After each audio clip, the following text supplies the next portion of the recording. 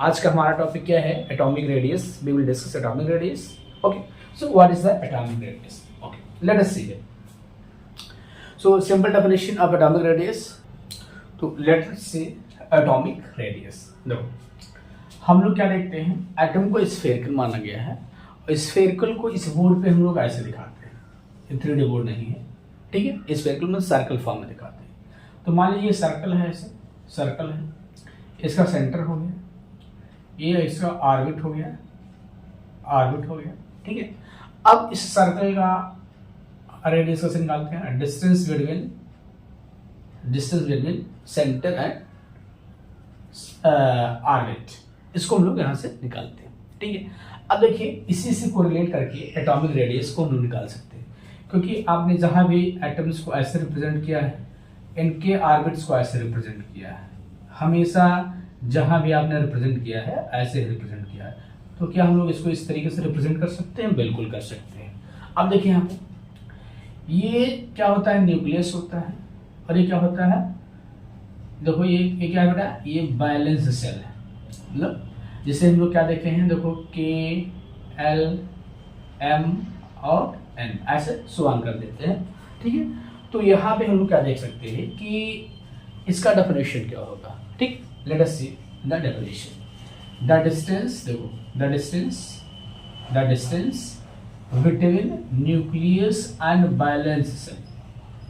The distance between nucleus and valence shell is known as atomic radius. क्या होगा बेटा?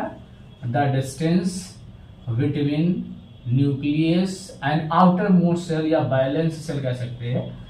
Outer most shell को ही हम लोग क्या कहते हैं? Valence shell. Outermost shell को क्या बोलते हैं बेटा? बैलेंस सेल बोलते हैं.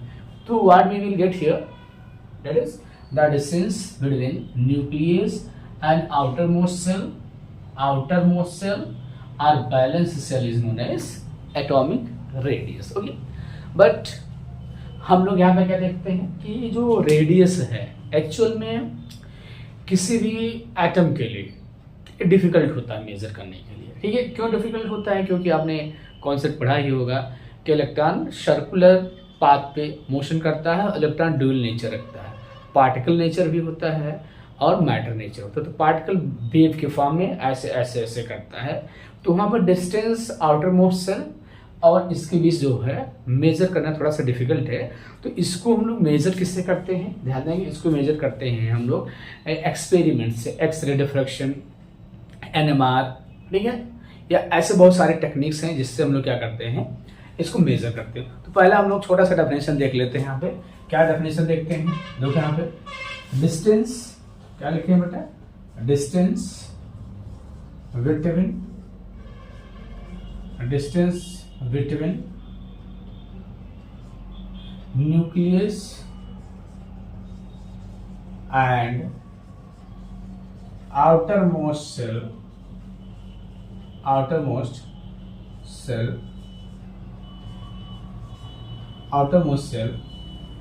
is known as atomic radius, ठीक है. It is measured by X-ray diffraction, X-ray diffraction and NMR resonance etcetera. इसके द्वारा इसको मेजर किया जा सकता है. अब ध्यान दीजिए, यहाँ पे जो डिस्टेंस है, ध्यान देंगे ये चीज़ है. हमने बताया आपको कि जो चीज़ें हैं, अभी आपको बताया है कि इसको एग्जैक्ट मेजर नहीं कह सकता है. इसकी यूनिट क्या हो सकती है? ये आपका एंगस्ट्रॉम हो सकता है. एंगस्ट्रॉम आप जानते हैं, 1 एंगस्ट्रॉम इक्वल 10⁻⁻10 मीटर हो गया. नैनोमीटर हो सकता है 10⁻12 मीटर हो जाएगा, ठीक है. सॉरी 10⁻9 और पिकोमीटर भी हो सकता है, ठीक है. एक क्या होता है 10⁻12.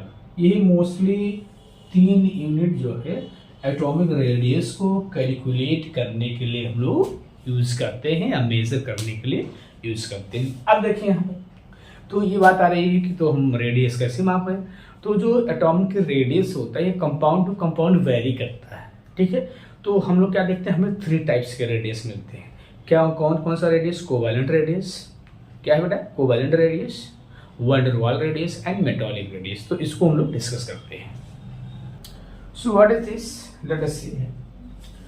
1/2 of the distance, 1/2 of the distance between, 1/2 of the distance between the nuclei of two covalently bonded atom of same element is known as covalent radius। 1/2 of the distance between the nuclei of two covalently bonded atom of same element is known as covalent radius। So let us see, this is two chlorine atom, it is covalently bonded। क्या बेटा, ये covalent bond बनाया हुआ है जिसमें इनके दोनों के न्यूक्लियस या न्यूक्लियाई के बीच का जो डिस्टेंस है क्या है 1.99 एंगस्ट्रॉम। अब इनका हमें अगर रेडियस निकालना हो तो रेडियस कैसे निकालते हैं, ये देखिए रेडियस हमने क्या कहा, दो कोवैलेंटली बॉन्डेड एटम्स के न्यूक्लियाई के डिस्टेंस के आधे को हम लोग क्या कहते हैं, van der Waal रेडियस कह सकते हैं। ठीक है, the 1/2 of the distance between two nuclei of covalently bonded atom of the same element is known as covalent radius। मतलब कोवैलेंट बॉन्ड द्वारा जुड़े हुए दो एटम के दो न्यूक्लियाई के बीच के डिस्टेंस के आधे को हम लोग क्या कहते हैं, कोवैलेंट रेडियस कहते हैं। तो इसका कोवैलेंट रेडियस अगर हमें निकालना हो, इनके बीच की दूरी क्या है, इतनी है, तो कोवैलेंट रेडियस अगर हमें निकालना हो तो क्या कर दें, इसका आधा कर दें। तो इसका आधा करेंगे क्या, 1.99/2 क्या हो जाएगा, 0.99 एंगस्ट्रॉम हो गया। ये चीज़ आपको ध्यान रखना। ऐसे आप समझ लो कि दो न्यूक्लियस हैं जो कोवैलेंट बॉन्ड बनाए हैं, उन न्यूक्लियस के जो दोनों न्यूक्लियस हैं, दोनों एटम के न्यूक्लियस हैं, उनके बीच के न्यूक्लियस के बीच के डिस्टेंस के आधे को हम लोग क्या कहते हैं, कोवैलेंट रेडियस कहते हैं। आई थिंक क्लियर हो गया। ठीक है, अब हम लोग नेक्स्ट मूव करते हैं, ध्यान देंगे कोवैलेंट रेडियस। ये मोस्टली ध्यान रखेंगे, ये किसके लिए होता है, नॉन मेटल्स के लिए, नॉन मेटल्स के लिए। और इसके लिए कंडीशन क्या है कि दोनों जो एटम्स हैं वो सेम एलिमेंट के होंगे, तब कोवैलेंट रेडियस हम लोग इसको डिफाइन कर पाएंगे। अगर ये वेरी कर जाएंगे तो दूसरी चीज़ें यहाँ पे आ जाती है, इस चीज़ को थोड़ा सा ध्यान रखें। You might be knowing that metallic radius, how to define? Mostly metals are solid, you know that, but one thing you remember, like Hg is liquid, this is exception, okay, remember it. So if they are in solid form, metals mostly they form crystal or they form lattice structure. They are lattice structure, means their arrangement, this type of arrangement of atoms, this type of arrangement of atoms is known as lattice arrangement। ठीक है, lattice arrangement, इसको हम लोग metallic radius या क्या कहते हैं, lattice radius भी कहते हैं। थोड़ा सा ध्यान रखना, लैटिस रेडियस क्या बोलते हैं बेटा, लैटिस रेडियस। ठीक है, अब देखो यहाँ पर अगर हम लोग लैटिस रेडियस को डिफाइन करने की कोशिश करें, देखो बिल्कुल इसी से कोरिलेट, जैसे हमने कोवैलेंट इसलिए हमने रब नहीं किया है, कोवैलेंट रेडियस, लैटिस रेडियस। ठीक है, अब देखो यहाँ भी हम लोग क्या लेते हैं, ध्यान देना, देखो ये और ये हो गया, इनका इंटरन्यूक्लियर डिस्टेंस क्या हो गया, इंटरन्यूक्लियर डिस्टेंस हो गया। ठीक है, अब देखिए इस इंटरन्यूक्लियर डिस्टेंस को ध्यान देंगे, इस इंटरन्यूक्लियर डिस्टेंस के हाफ को क्या कहेंगे, ध्यान देंगे, इंटरन्यूक्लियर डिस्टेंस के हाफ को हम लोग क्या कहेंगे, क्या बोलेंगे बेटा, ये हम लोग कह देंगे मेटालिक रेडियस या लैटिस रेडियस। ये चीज थोड़ा सा ध्यान रखें। ठीक है, तो इसमें हमें क्या ध्यान देना है, फॉर एग्जाम्पल देख लेते हैं, मान लीजिए ये सोडियम का लैटिस है, किसका है, पोटेशियम का लैटिस है। इसमें इसके एटम्स की व्यवस्था ये है और किन्हीं दो एटम्स के इंटरन्यूक्लियर डिस्टेंस क्या है, 3.6 एंगस्ट्रॉम। क्या है, 3.6 एंगस्ट्रॉम है। अब इसका हमें रेडियस निकालना हो तो कैसे निकालेंगे, देखो यहाँ से आप देखो, इसको मैं यहाँ ले आ रहा हूँ, इसको हम लोग क्या करेंगे, 2 से डिवाइड कर देंगे, 2 से डिवाइड कर देंगे, क्या आ जाएगा 1.8 एंगस्ट्रॉम आ गया। ध्यान देना, तो इसको हम लोग क्या कहेंगे, मेटालिक रेडियस कहेंगे। ठीक है, अब देखिए यहाँ पे इसको डिफाइन करना है तो इसका डेफिनेशन और आसान है। Let us see how we can define it. तो हम लोग इसको डिफाइन करने की कोशिश करें तो क्या हम लोग कहेंगे, the half of the internuclear distance, half of the internuclear distance of two atom in its lattice is known as metallic radius or lattice radius. तो क्या हमने लिखा, one half of the distance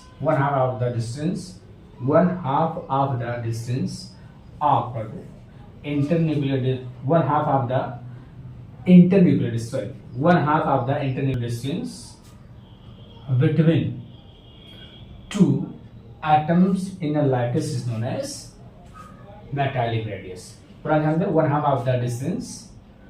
of the internuclear distance of two atoms. ऐसे बोलो थोड़ा सा, देखो between डालो, one half of the internuclear distance between one half of the internuclear distance of two atoms in a lattice is known as metallic radius. ठीक है, तो ये हो गया आपका मेटालिक रेडियस. अब हम लोग वो किस पे करते हैं, वांडर वाल. अब हम लोग नेक्स्ट मूव कर रहे हैं वांडर वाल radius. What do you mean by wander वाल रेडियस? तो वांडर वाल रेडियस को हम लोग यहाँ देख लेते हैं. क्या